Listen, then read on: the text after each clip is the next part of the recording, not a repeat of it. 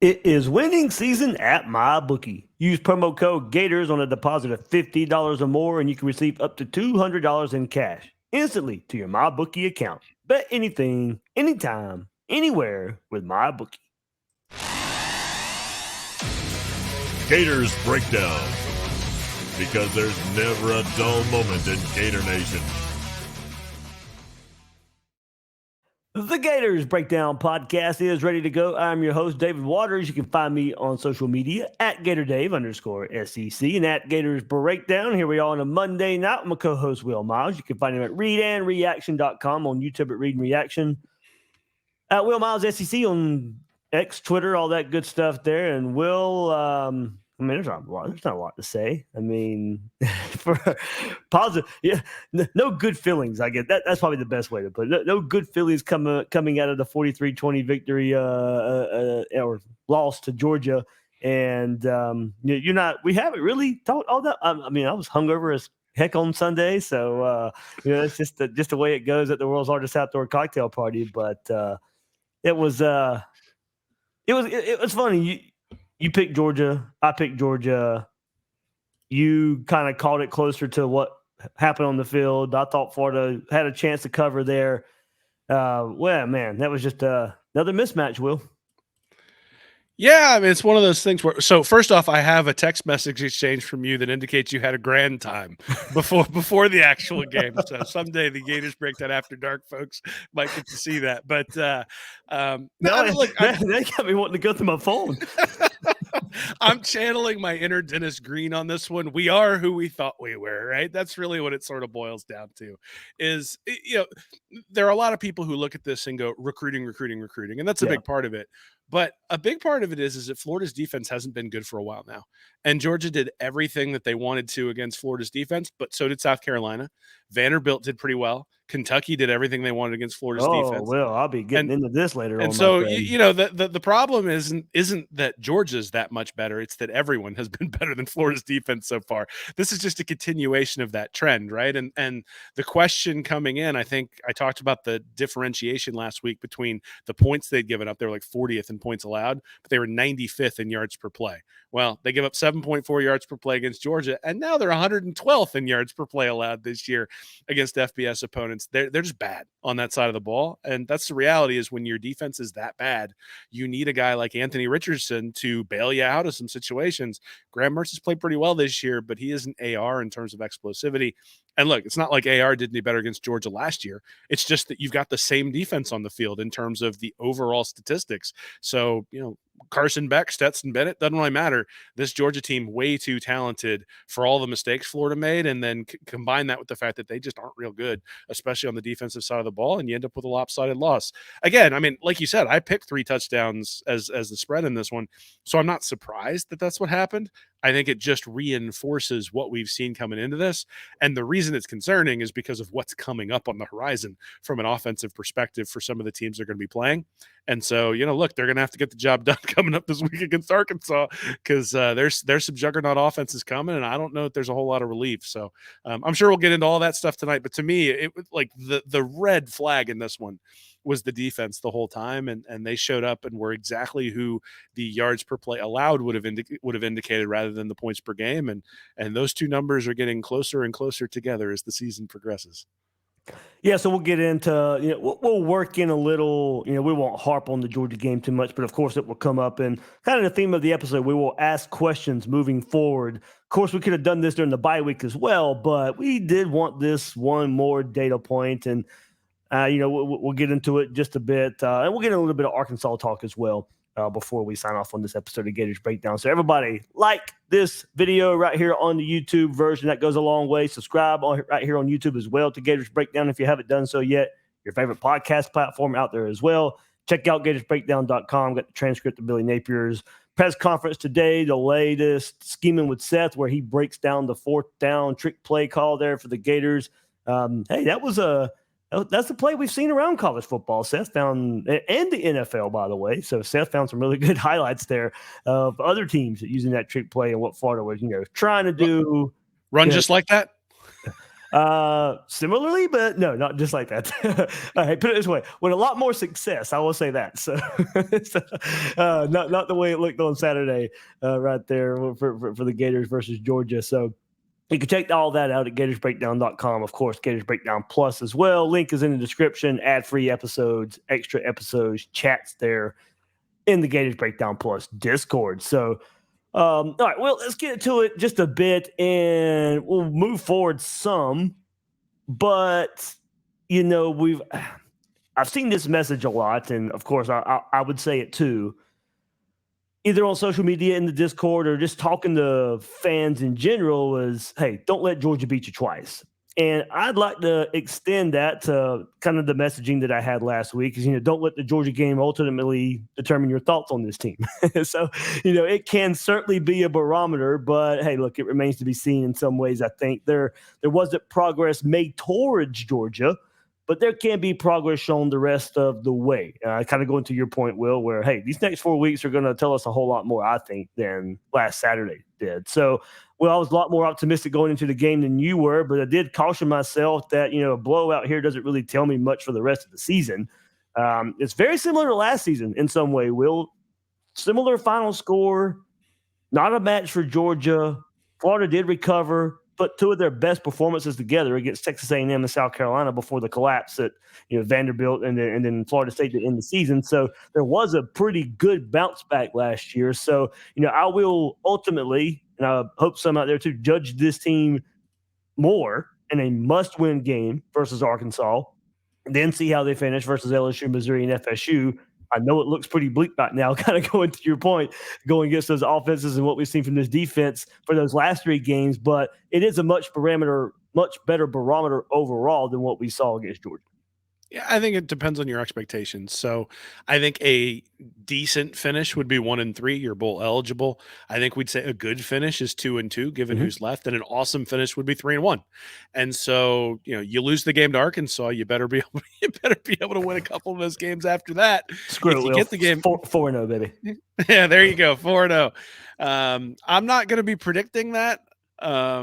But yeah, look, there's some difficult games on the horizon, and there's no doubt about that. But part of the beauty of playing in the SEC, it's not like it gets any easier next year, right? Like, it's not like it gets any easier with Oklahoma and Texas coming in the conference. And so the SEC is just a juggernaut. And that's one of the reasons why we harp on recruiting. It's one of the reasons why we spend so much time talking about the things that are off the field that impact what happens when you get between those lines. And there's no shame in losing to Georgia. There's not. Georgia's won 25 straight games. They're the 2-time defending national champions. They're the number 1 team in the country. Maybe they're not quite the team they were last year or 2 years ago, but they're still a really, really good team and a benchmark in college football. And there are a lot of teams that have gone out there and gotten absolutely waxed by Georgia, including in the national championship game last year, an undefeated TCU team. So it's not as though good teams, and good, not great, it's not as though good teams haven't gone out and got waxed by Georgia. I think that's what you mean by saying don't let Georgia beat you twice, right? Is that just because you got waxed by Georgia doesn't mean that you're not a good team, but now you got to go out and show it, right? So Florida showed a lot of resilience in that second half against South Carolina.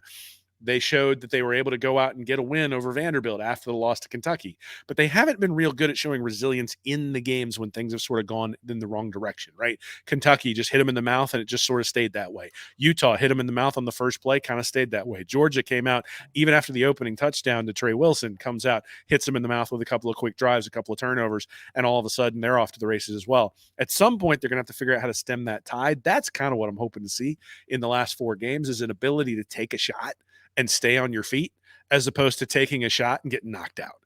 And the 3 losses this year, they've taken a shot and gotten knocked out. And that's going to be the question to me, is not, are they going to take a shot? Because they're going to. They're going to give up points. They're going to give up some big plays.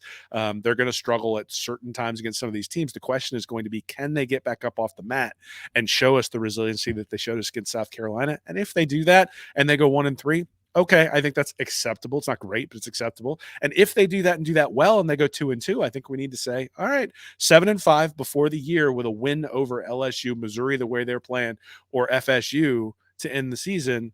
I think we all would have taken that to start the year. So again, it's a question of, at 5-2, your expectations are sitting there. You start thinking about, well, if they just get lucky and they get a bunch of turnovers and they're able to take out Georgia. Now you're first in the SEC East.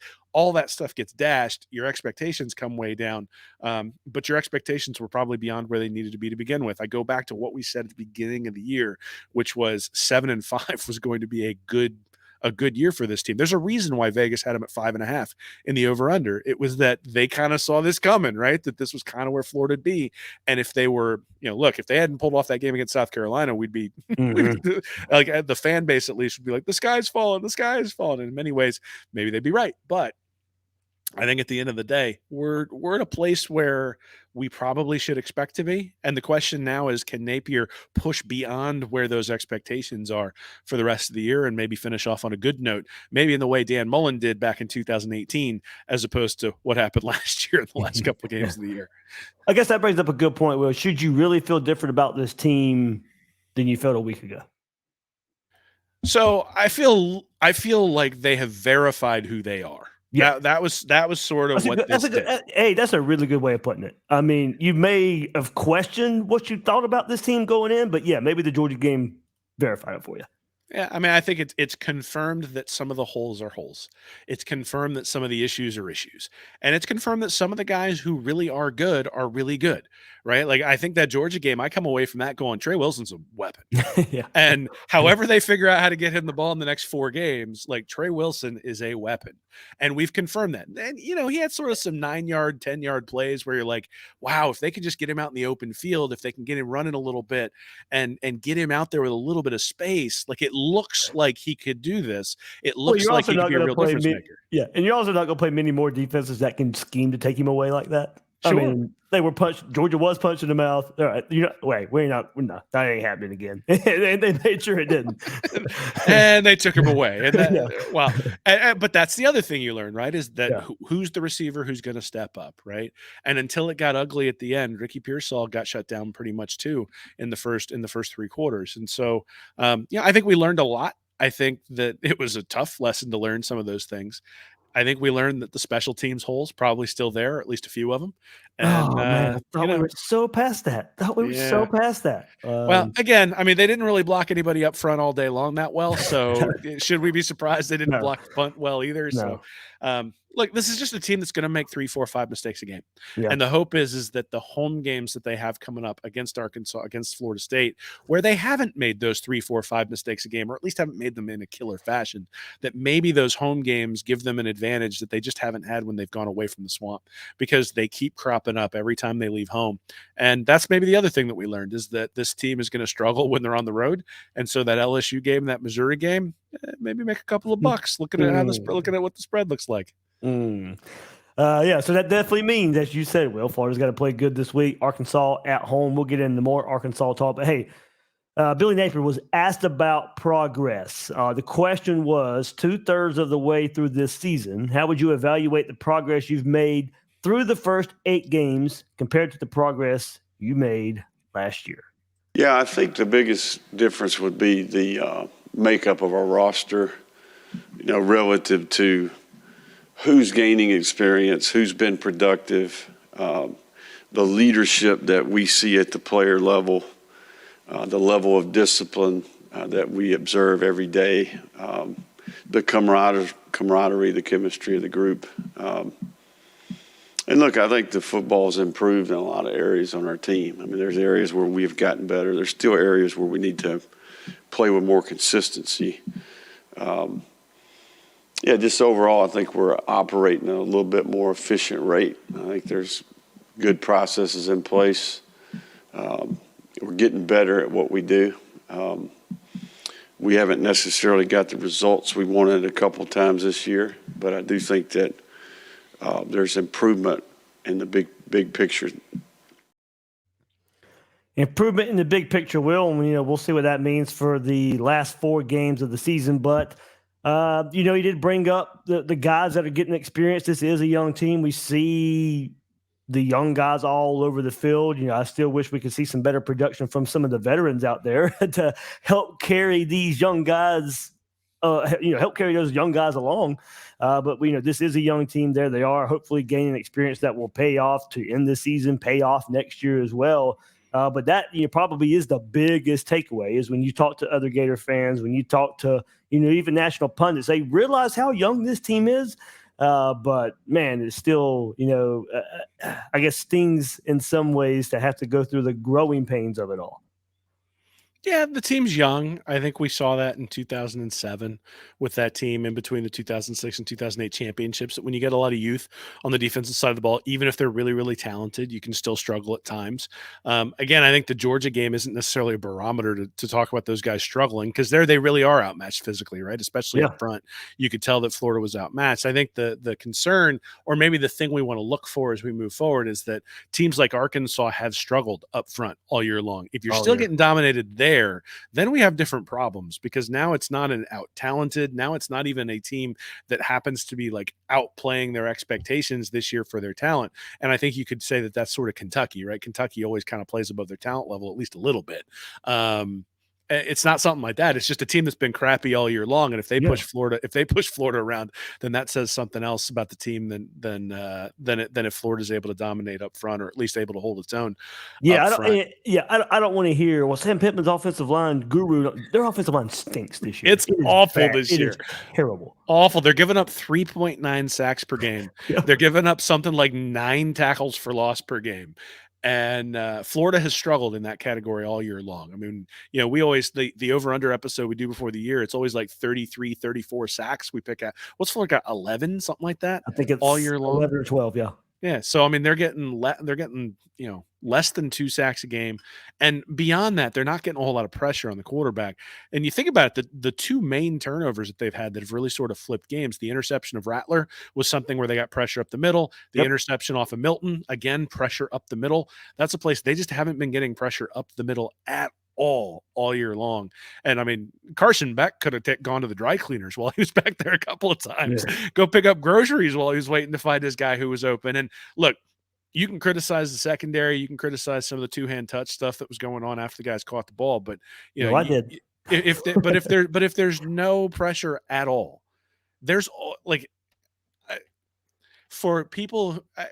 When you go to a live college football game, this is actually the fundamental reason why I harp so heavily on completion percentage in coordination with yards per attempt. But high school to college, the reason I harp on that so much is you go to any high school game and any college game, there is always a guy running free. Always. Because if you do things right, the defenses don't have enough time to really prepare, and you're going to figure out a way to get a guy to come open. So the question then becomes, is the quarterback able to find him? And what you're seeing right now with Arkansas is KJ Jefferson doesn't have time to find the guy. And now his stats look pedestrian. And when you look at Graham Mertz in that game the other day, didn't have time to find anybody. And even when he did have some guys open, he didn't really pull the trigger every time. And then on the Georgia side, Carson Beck just sits back there and orders a pizza while he's waiting for his guy to come open. The guy's going to be open. Now, that doesn't mean the secondary shouldn't do its job. That doesn't mean there shouldn't be more effort and more and less open guys on the back end. But if you get no pressure, that's where it all starts. And that's one of the things I think overall, when you think about the young guys that I'd like to see hit the field, it'd be the guys who potentially are going to be the guys who pressure the quarterback over the next couple of years. And if that means that somebody with more experience has to sit down, then that's what it means. Yeah, and kind of going to that point too, especially for offense. And that's why I said, the barometer for this team, against Georgia, we're probably not going to see a whole lot, and look, we did see Wilson, going to your point, beginning of the game, but, we didn't get to see much of Boardingham there. ETN was kind of limited as well, your first, second year players here. It was, kind of, I guess, reality check that, these guys are good, but when they're going up against the nation's best, all right, well, the production is probably not going to be there, as young and as talented as they are. And I think we still can be excited for the future with those guys. Right now was kind of a reality check that just not ready yet for all those young guys. So, Florida's relying on a lot of them, and they need to. I think we know that at the same time. But I guess, the harsh reality of you got to take your lumps to go along with it. And I guess against Georgia, you're going to take them. Yeah, I mean, I think Napier talked about wanting to see how they responded from the Utah loss. And then they came back and they responded pretty well against McNeese and Tennessee and Charlotte. And then they lay an egg against Kentucky. And then he wanted to see how they came back and did that. Against Vanderbilt and South Carolina, they came back okay, responded to that okay. Now I think it's the same thing. You just played the number one team in the country and completely got your butt whipped. So if anybody in there had any, if that group has a sense of humility, they're going to come back ready to work this week because that's where they want to go, right? That's where they want to get to. And there are a lot of people who may have gone out there saying, how much better could they be than Utah? How much better could they be than Kentucky? And one of the things that these young guys don't have the experience of is getting their butt kicked by Georgia the last couple of years because they haven't necessarily been here, right? And so, and with all the upperclassmen who've left, there aren't a lot of guys who've taken that personally yet. And that's maybe one of the growth opportunities from this. And look, I hate that it takes a loss to Georgia in order to do that. But maybe this is a growth opportunity where you look at it, you go, all right, Kentucky, it was on the road. It was an early game. Like we weren't really up for it. We weren't ready to play. You sort of heard that after the game, right? I mean, I think was it Shamar James who said that they weren't really ready to play. The Utah game, clearly they weren't ready to play, but it's all the way across the country. It's the first game of the year. Like, blah, blah, blah. This one, you had a bye week had the travel plans that messed up the day before. Yeah, we heard it all. This one, you had a bye week to prepare. You were in front of a lot of your hometown fans because this is in Jacksonville, and now you're going to get to hear about it all week long from all the fans in Gainesville. In terms of them being tired of losing to Georgia, and you couldn't even make it close. How'd you lose by 23 points? All that sort of stuff. Maybe that's what they need, right? Sometimes it just takes a specific thing for stuff to click.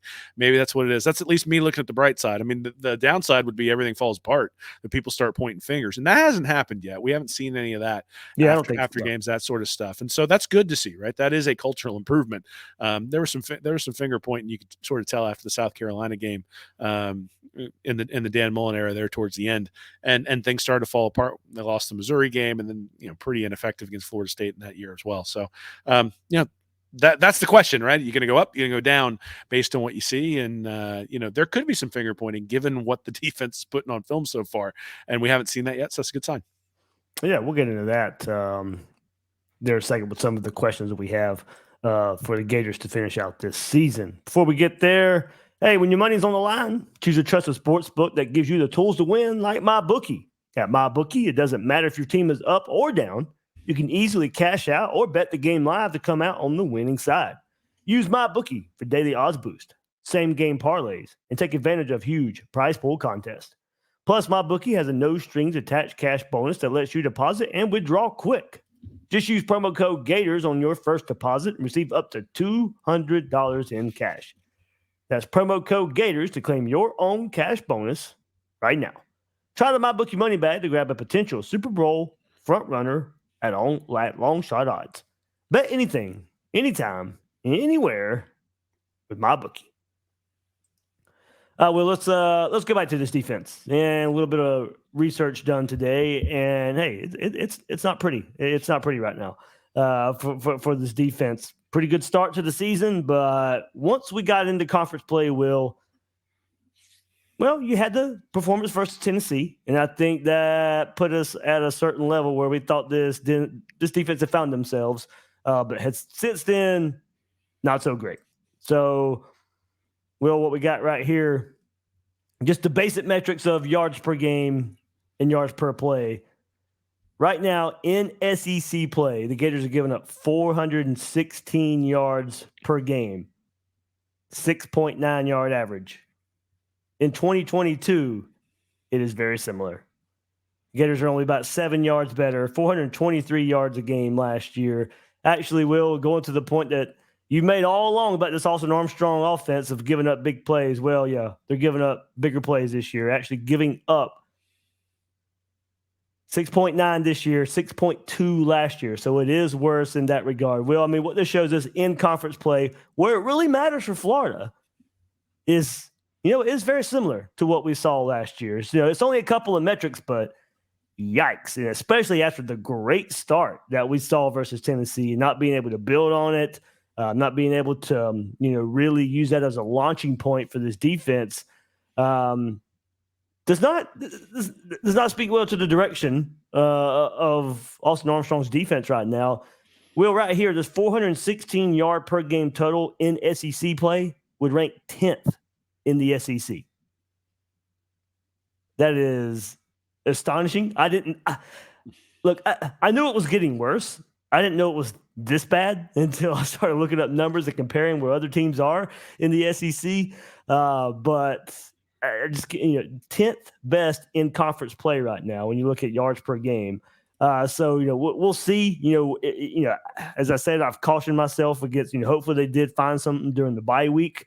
Yeah, this isn't just a reaction to the Georgia game because there's hardly been any havoc whatsoever this year. No pressure, no sacks, no tackles for loss, and in turn, hardly no turnovers with that. Going to your point there, Will, I mean, when they have, the two biggest turnovers this year were because Florida was creating havoc. Florida was getting pressure in the backfield. But look, there's not enough of that.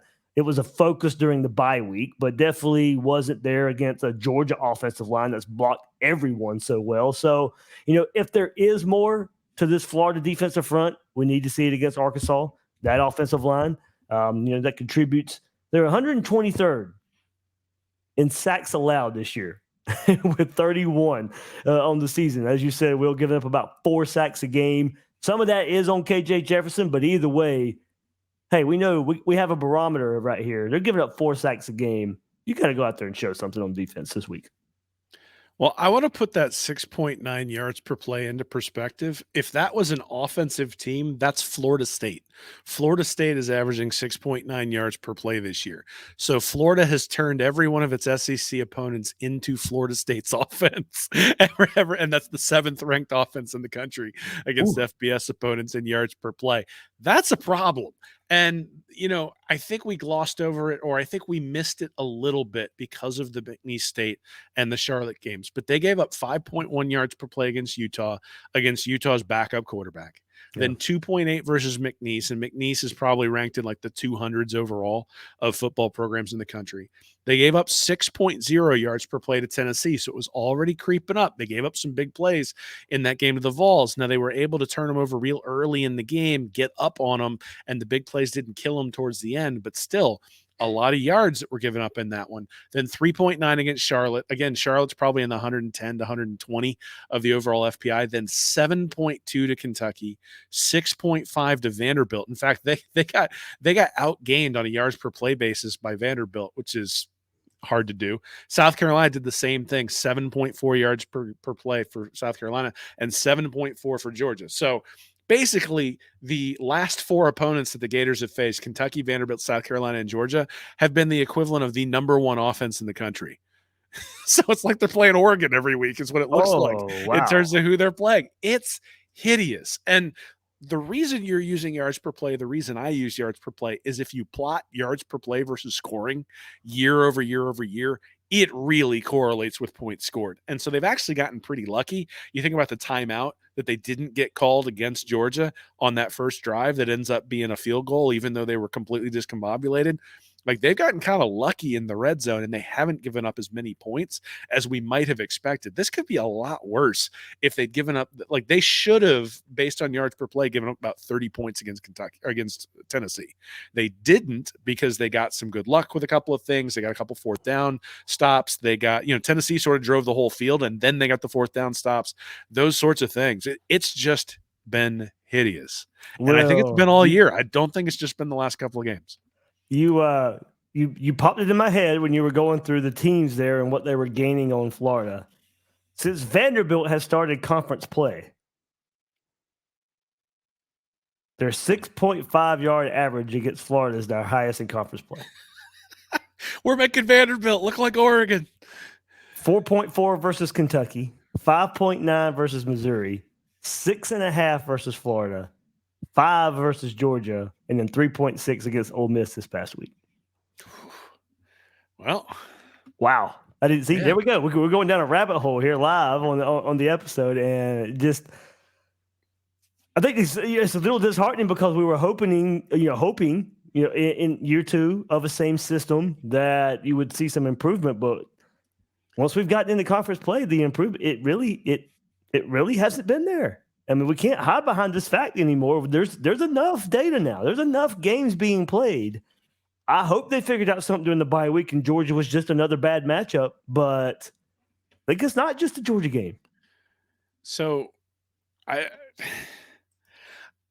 I remember writing that I disliked the Austin Armstrong hire with the heat of 1,000 suns. And the reason I wrote it is because of his propensity to give up big plays. And the defense all year long has been really susceptible to that sort of stuff. And the offset, the reason his defense improved so much from year 1 to year 2 at Southern Miss is because they started to get pressure, but they were still giving up a ton of big plays. That's the opposite of the way Georgia plays defense, where Georgia just sits there and almost never gives up explosives, though they were more susceptible to it against Florida than they normally are. Yeah. But Georgia doesn't get all these tackles in the back. They don't rely on pressure to stop people. You're always in 3rd and 8 because they don't give you anything. And one of them, Nick Knudsen texted me when this happened. One of the most telling moments was, I think it was 4th and 3. Mertz threw the ball out to Trey Wilson out in the flat, and he got brought down, or maybe it was ETN out in the flat. I can't remember, but he got brought down by Georgia's linebacker. And the linebacker, like, there was never a doubt the linebacker was going to make the tackle. And that right there exemplifies how Georgia plays defense, which is you throw the ball out in the flat, the linebacker knows where he's supposed to be, he gets out there, he makes a perfect open field tackle, doesn't give you the first down. And this was Nick next to me, he's like, when's the last time you saw that from a Florida defense? And the answer is, it's been a really long time. And so those fundamental things are things that haven't necessarily shown up on the tape yet at Southern Miss for Austin Armstrong, or here at Florida as well. That doesn't mean he can't get there. That doesn't mean that he's not doing a lot of the same things. And certainly the talent at Georgia is better than the talent at Florida. But look, the talent on the defensive side of the ball for Florida should be better than the 112th best defense in the country. That's just the reality. And last year we sat there and looked at Patrick Toney, and I remember saying, I get that there's some stuff he needs to fix from Todd Grantham, and they've got some of these veterans who have bad habits and all that sort of stuff, but the habits should be improving throughout the year, or you got to bring in the young guys to see what they can do. We should see improvement throughout the year. I'd say the same thing about Austin Armstrong. I think it's a fair assessment. You came in, you had these guys, they should be getting better as the year progresses. We're not seeing that yet. We'll see. You got 4 more, right? I think you evaluate all this stuff at the end of the year, just like you evaluate Napier, you evaluate special teams, you evaluate the overall record. I think the same thing for Austin Armstrong. But as of right now, he is who we thought he was, right? It's the Dennis Green stuff that I started with. The expectation that I had was we were going to give up a lot of big plays. I just had the expectation they'd actually get to the quarterback, and they haven't done that either, which means if you're blitzing all the time and you're not getting to the quarterback, you're exposed on the back end. And every time they're exposed, it doesn't just turn into a 20-yard play. It turns into an 80-yard play. They've given up a ton of just huge plays. And today, Napier during the press conference was asked about TJ Searcy chasing down somebody after a 60-yard gain. What's a defensive lineman doing 60 yards downfield chasing somebody down? That needs to be a corner who's catching that guy downfield. And, the bigger problem is the guy who's 50 yards downfield. There you go. That was it. That was it there. That's where I was going with it. I was listening and researching at the same time, Will. So far, Kentucky's high in SEC play is against Florida's defense. South Carolina's high in SEC play is against Florida's defense. Georgia is second only to their performance versus Kentucky. And I'm about to look up Tennessee right quick, even though it was a loss. So really, this is the Oprah Winfrey meme. It's like, you get a car, you get a car, you get a car. Hey, look, I wasn't even trying to pile on. Pile on wasn't even in my plans here, but we have went down a rabbit hole here, and it just keeps getting worse. It's hideous. It's just hideous. Let's see. Tennessee, this is the last school here. So they 6 yards. Yes, definitely. Yeah, definitely not. 7.8. Well, they had 6.6 versus South Carolina and 7.1 versus Kentucky. So, okay, Florida's defense third best there. We found one. We found one. So, yeah, as bad as Tennessee's offense is, that's still, at least in conference play, still pretty good for the Florida defense there. But there we go. We can go back and say, well, it was certainly a mirage of what that defense was able to do. And Joe Milton still very inconsistent as a passer. Tennessee didn't run the ball well until the second half of that game, if I remember right. They are more of a running team anyway. They ran pretty well in the second half. But, as you said, Florida got up so big in the first half, it didn't really matter. Well, but Dave, here's the thing. 6 yards per play is still bad. Oh, yeah, don't get me wrong. It's not. Yeah. I mean, no, it's not like, oh, my God, you're the worst defense in the country bad, but it's bad. Like, you're talking probably like, what, 80th, 90th in the country, No. giving up 6 yards per play. So we're sitting there going, woohoo, Tennessee. We weren't the worst against Tennessee, but it's still bad. And that again, to me, is sort of the theme of the season when you subtract McNeese and you subtract Charlotte.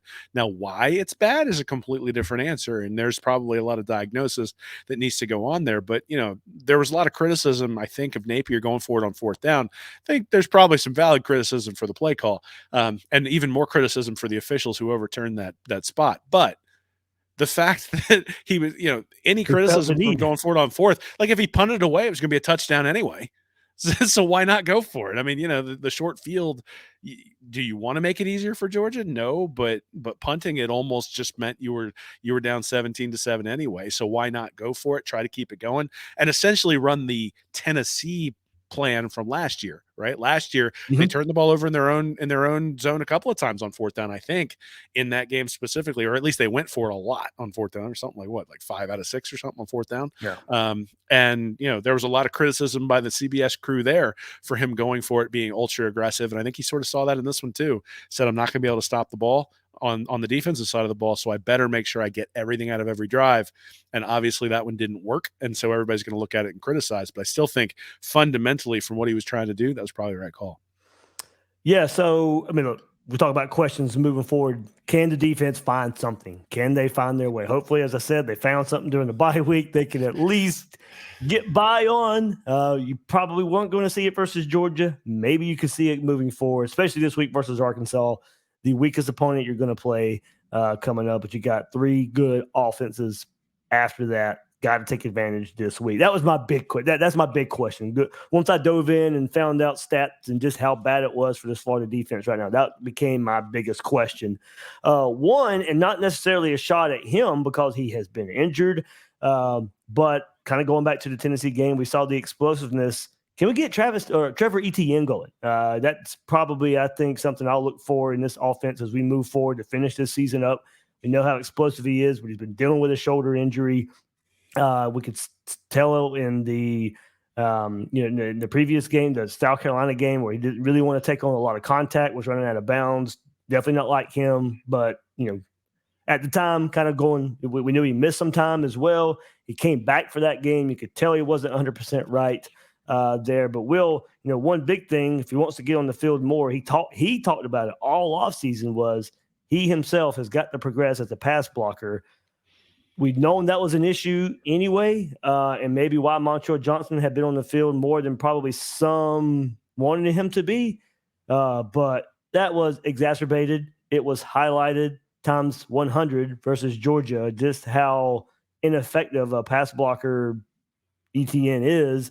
So hopefully, and part of him being injured, I think, can play a part in that as well. So first of all, hopefully he's injured, but can Florida find a way to get Etienne going? Because I think in these shootouts, you're probably going to find yourself in to end this season. He is one weapon that you want to have, whether it be somehow catching passes out of the backfield, whether it be him hitting those big runs like he did versus Tennessee and last year versus South Carolina. I think, Florida needs to find another consistent weapon. And so far this season, he hasn't been a consistent weapon. No, I think if you're going to if you go look at the tape on the touchdown pass to Trey Wilson, Etienne was in there for a block and missed it as well. Mertz just got the ball out quick. And on the other one that you're probably thinking of, they pointed out on the telecast that Etienne sort of laid the block on a cross match on a blitz. And on that one, Mertz actually had Wilson open again and didn't let the ball go. And so all of a sudden it turns into a sack. And do you fault the quarterback for not letting it go every time? No, he's got to, the running back has to pick up the block too.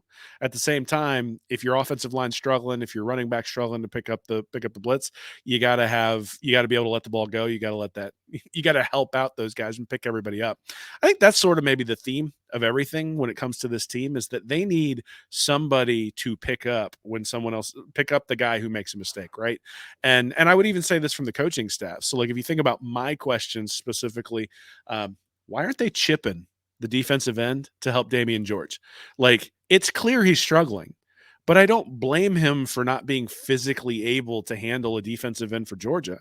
but get somebody out there to chip him, a tight end, a running back, whoever it is, chip the guy on the outside. You know that you got 2 weeks coming in knowing that George is going to struggle off the end. Instead, they just decided to give up 2 strip sacks and, had the 5 blockers in all the time. They're motioning out the running back into a route where honestly that running back really isn't threatening the defense in a way where it makes it's not stretching the defense in a way that really threatens them.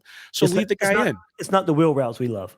No, well, that's what I was calling for before the game. We didn't see any of that, but not that they would have had time to throw those wheel routes anyway. Correct. Which is which is the reason you leave the guy in, right? So that was one of my questions: is why are we not chipping the defensive ends? Help out Damian George, slow down that defensive end, or at least make him stay on the inside where George can use his size and make the defensive end have to bull rush because he can't get around that edge. Okay, that's maybe the first thing, and then the second thing is why Trey Wilson only get 1 play in the backfield.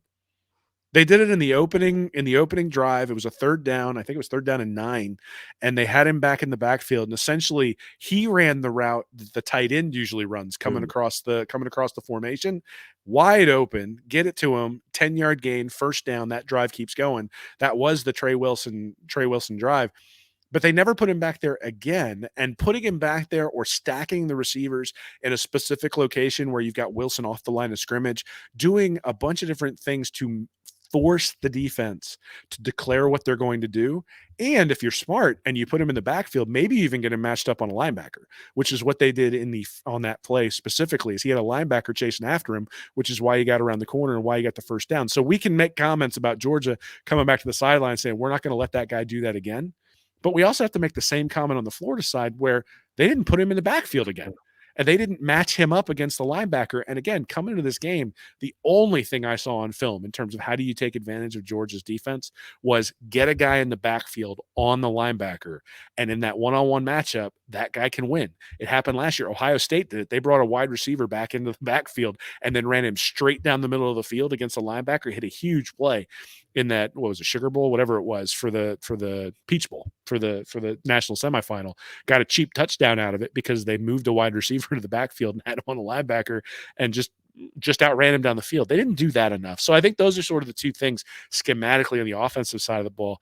Help out your right tackle. Don't just leave him out there and allow everybody to pick him apart after the game. Like, go out there and help him out. And then, again, Trey Wilson, move him around. Free him up. He shouldn't just be lined up on the left side, get a screen pass every once in a while, and then make him make the play. Instead, let's put him in a position where Mertz makes an easy throw, where he's on a linebacker, and you can do something that's maybe a little bit more significant from there. Yeah, I do wonder how the game played out. Maybe took some of that game plan out. I mean, I'm probably reaching and grasping at straws here. I'm like you. I do hope they are finding ways to give Wilson the ball. I think this offense is going to need that. I was talking about ETN getting the ball. I mean, look, just pitch it to him. Exactly. With the way this defense is playing and who you have on the schedule, Florida's going to need 40 points in at least 2 of the games. At least 2 of the games, if not more. So ETN, Wilson, Johnson, Pearson. I mean, you're going to have to come up with a lot of ways to get your playmakers the ball. As I said, maybe the way Georgia punched you in the mouth and you kind of just fell over yourself in the second quarter. Maybe we didn't see a whole lot of the game plan they had planned there, and it's the game plans we'll see the rest of the year.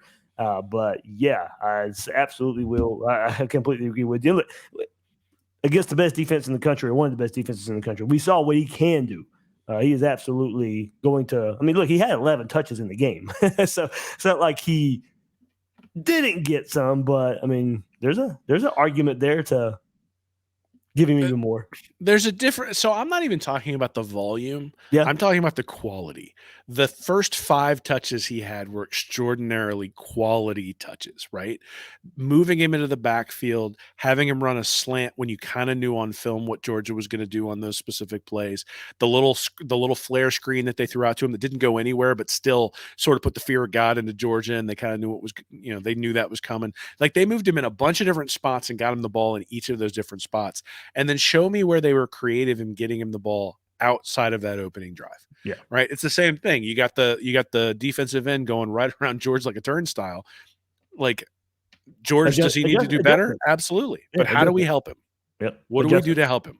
And if you're not going to help him, now I do think it's fair to sit there and say, all right, like it's the coach's job to put these guys in a position to succeed. If you're not going to pull a guy off the field when he's struggling, then you have to help him. The same way Napier always talks about helping Mertz. Like he's sitting there. There were a couple of games, I think it was the Kentucky games, like, he's talking about Mertz. He's like, well, it's not just the quarterback. Sometimes it's all the people around him. I'm like, it's not just the right tackle. Sometimes it's all the people around him, right? The same excuse can be used, or the same reasoning can be used there as well. And the fact that, you said Georgia went to the bench, said, we're not going to let Trey Wilson beat us, came back out on the field and shut him down for the most part. Well, what was the counter? What was the adjustment that Florida made on the other side? And maybe that's different. Because you could best bet it. As much of a focus as you made Wilson on that first drive, you got to think Georgia's going to go to the bench and say, okay, can we not let that happen again? And that's a good point. All right, well, hey, proactive, not reactive. That's where Florida should have been. Well, and after the performance the week before, you got to imagine that Georgia came in focused on Pearsall. Yeah. And all of a sudden now you've got Wilson running free and they go, all right, well, we need to readjust and not let, we can't bracket Pearsall because this other guy's going to drive us crazy. And so they maybe come out of that a little bit. Okay, well, when they come out of it, well, that frees up Pearsall for stuff. Or, and I think this is maybe the more significant thing, that frees you up for the runs up the middle. Mm-hmm. The reason they were able to get those gashes up the middle is because the Georgia defense could no longer bracket Pearsall and come up and basically say, we're going to stuff you. And Florida was able to get some stuff going on the ground. Again, offense, not really the problem in this one, though the early turnovers were bad. I mean, it just, I said complete system failure for Utah and Kentucky. Kind of the same thing here other than the opening drive. And, the second and third quarters, I think I'd have to go look at my notes, but I'm pretty sure. So the second half, other than the last two drives for touchdowns when everything was decided, 11 plays for 69 yards. In the second quarter, 14 plays for 19 yards. Yeah. You ain't doing very much. You aren't going to be all that competitive when that's what happens there. And considering that the defense wasn't any better, it's just ugly, man. It's just ugly. All right, so there we go. Some questions moving forward for the Gators. It starts this week versus Arkansas, and here's Billy Napier on his initial thoughts for the Razorbacks. I've got confidence in our group relative to their attitude and their approach. I think the key thing for us here is what matters most today. I think regardless of what's happened in the past, I do think that this is a group, every single detail this week, really challenging all parts of the organization to do their best work. We need to be operating at our best, firing on all cylinders. We need to lead our people. We need to impact our people. And get consumed with preparing for this game. I do think Arkansas, although their record doesn't reflect it, they've been in every football game. This is a game that's lost a lot of close games. I do think that they've played really good defense for the most part. And I know offensively they've made a change. I know Sam Pittman personally, and I have a ton of respect for him as a coach and a man. And I do think they're a lot closer than their record indicates. So this will be a challenge. And what do you see so far from that offense? I think it's a big part of the story this week relative to the prep. They made a change in the offseason. Obviously, Kendall made a move to go to TCU, and then they brought Dan in, and that was a wholesale change, right? So, Coach Guyton will be calling it this week, and he has experience with Kendall in the past. Certainly played at quarterback at Ohio State. So, what flavor do we get? I think ultimately with an open date, I think that magnifies that a little bit. But Coach Pittman's an offensive line coach. His teams are tough. And certainly I think there'll be an element of that. He'll have some imprint on the offense. So, I do think that that's an element of the game, and I think ultimately for us, we're going to have to find the right balance of prep in terms of what we expose the players to, but also being ready to adjust within the game. All right, Will, Billy Napier brought up all those close games for Arkansas, 2-6 on the season. Started with a 56-13 win over Western Carolina, 28-6 win over Kent State, and then starts the string of six straight losses for Arkansas, all within one score. 6 straight losses, 6 straight one-score losses. 38-31 versus BYU. A 3-point loss at LSU, 34-22. Oh, never mind. Besides Texas A&M. Texas A&M was one that was not part of the one-score games. 34-22 Texas A&M. Then a 27-20 loss to Ole Miss, 24-21 to Alabama, 7-3 to Mississippi State in their last game. Will, the two best teams in the West, LSU and Alabama, combined 6-point loss there for Arkansas. So both of those games on the road as well. They're going to be coming to Gainesville this week. So, hey, look, yeah, it might be 6 straight losses, Will, but this is not your typical 6 straight right here. I mean, they've played every team tough. They're coming off of a bye week. They have some changes being made there. As Billy Napier said, Guyton comes in as the OC now, very similar to Kendall Briles, who was there before. So you can best bet what they were running last year. A lot of similarity to that. Why they ever hired Dan Enos in the first place, I would never understand. But I didn't like that hire. It kind of turned out that way. But, well, I mean, yeah, they may be a 2-6 and coming off of 3 or 6 straight losses, but this is going to be a tough game for the Gators. Well, look, South Carolina's 2-6 right now. And Yeah. Florida just barely squeaked by them. point. So you Good can't point. take anybody for granted. And like you said, I mean, all those close games, the fact that they've all gone against Arkansas, those tend to even out over the course of a year. Now, sometimes you just have some bad luck. Sometimes those don't turn out the way they are. The Alabama game was a 1-score game, but Alabama pretty much dominated that one and then kind of shifted into neutral. And then when they tried to hit the gas, couldn't really do it. LSU can't stop anybody. So giving up 31 points to Arkansas, maybe not that big a deal. Florida can't stop anybody right now either. Well, I agree. And Mississippi State, I think, is the bad one. That 7-3 loss to Mississippi State is the one where you're like, that probably should have been the one you guys were able to pull out. It'll be interesting because when Florida got rid of Todd Grantham and John Hevesy, I think we all sort of thought we'd get a bump, and we didn't. There was no bump. And I think the question will be, was Enos a sacrificial lamb where Pittman had to get rid of him, but the players are still bought into Pittman? Or are the players no longer bought into Pittman? And that's sort of the question. If they're still bought into Pittman, I think given what you just showed about their road, they're not going to be intimidated coming to the Swamp, right? After being at LSU and at Alabama, I think Florida's a better venue than both of those places, but still, it's not so much better a venue that they've never seen this before, never been able to communicate on the road, anything like that. But again, I think it comes back to motivation. At 2-6, how motivated are you? Your offensive coordinator just got fired. How bought into the head coach are you? You just lost 7-3 to Mississippi State, which to me sort of suggests that, there are people with their own agendas going on inside the locker room. And now you just fired the offensive coordinator, but you've had 2 weeks to sort of maybe right the ship. The question is, are they going to come out and just say, look, let's let it loose and have some fun? Sometimes those are the most dangerous teams. You think about 2020 when LSU came into the Swamp and Florida decided to sit Kyle Pitts, maybe because of an injury and maybe not. And the fog rolls in, weird stuff happens, and all of a sudden Florida's on the losing end of a game that they really should have won.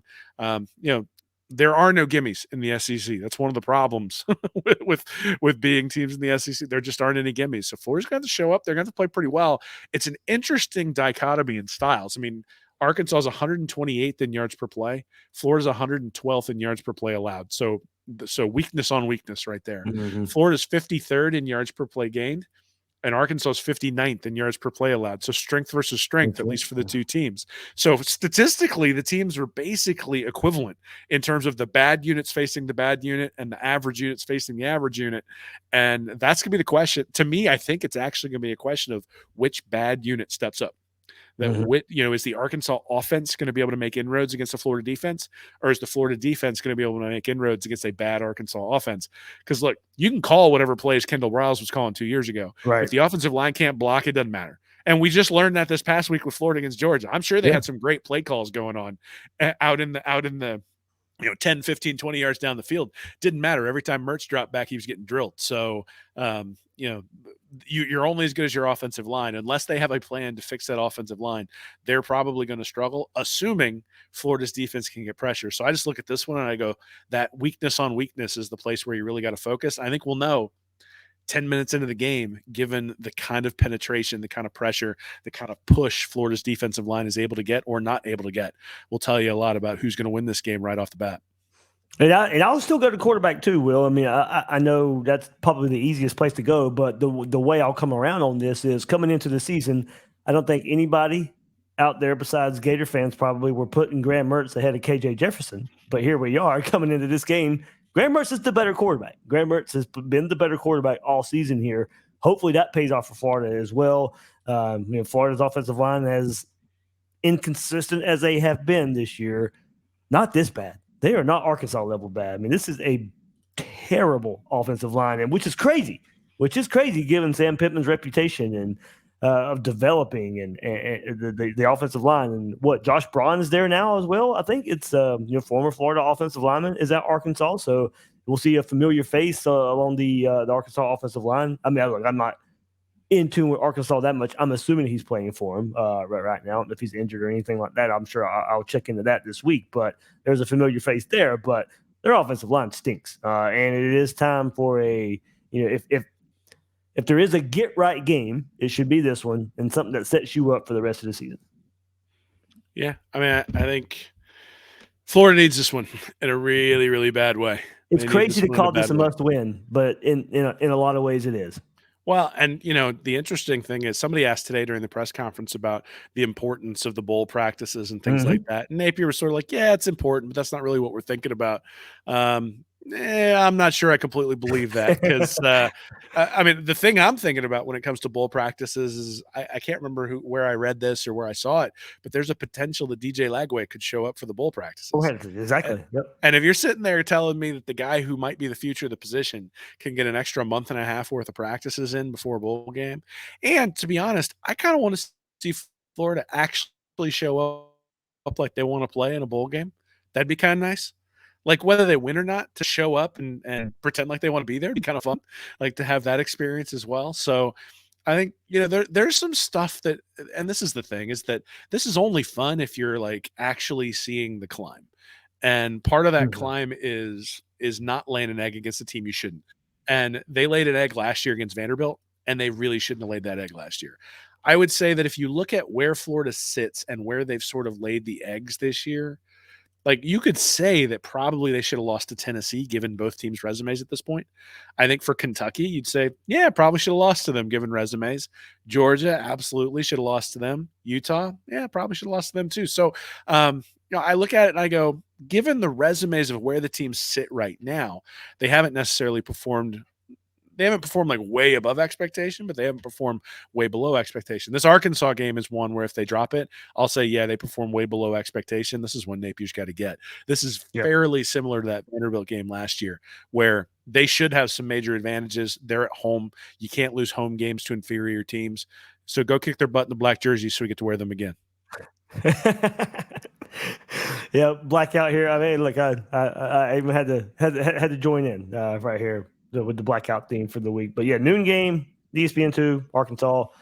We did get to hear next week's game. CBS is using their option, their 6-day option. So they want to see the result of maybe Florida, Arkansas a bit this week. They want to see specifically the results of LSU and Alabama and Missouri and Georgia before they make their decision between where they're going to place Florida, LSU, and we'll see what time that game is. It'll either be 3:30 on CBS, 7 o'clock on ESPN, or 7:30 SEC Network. Oh, look at that memory. There we go.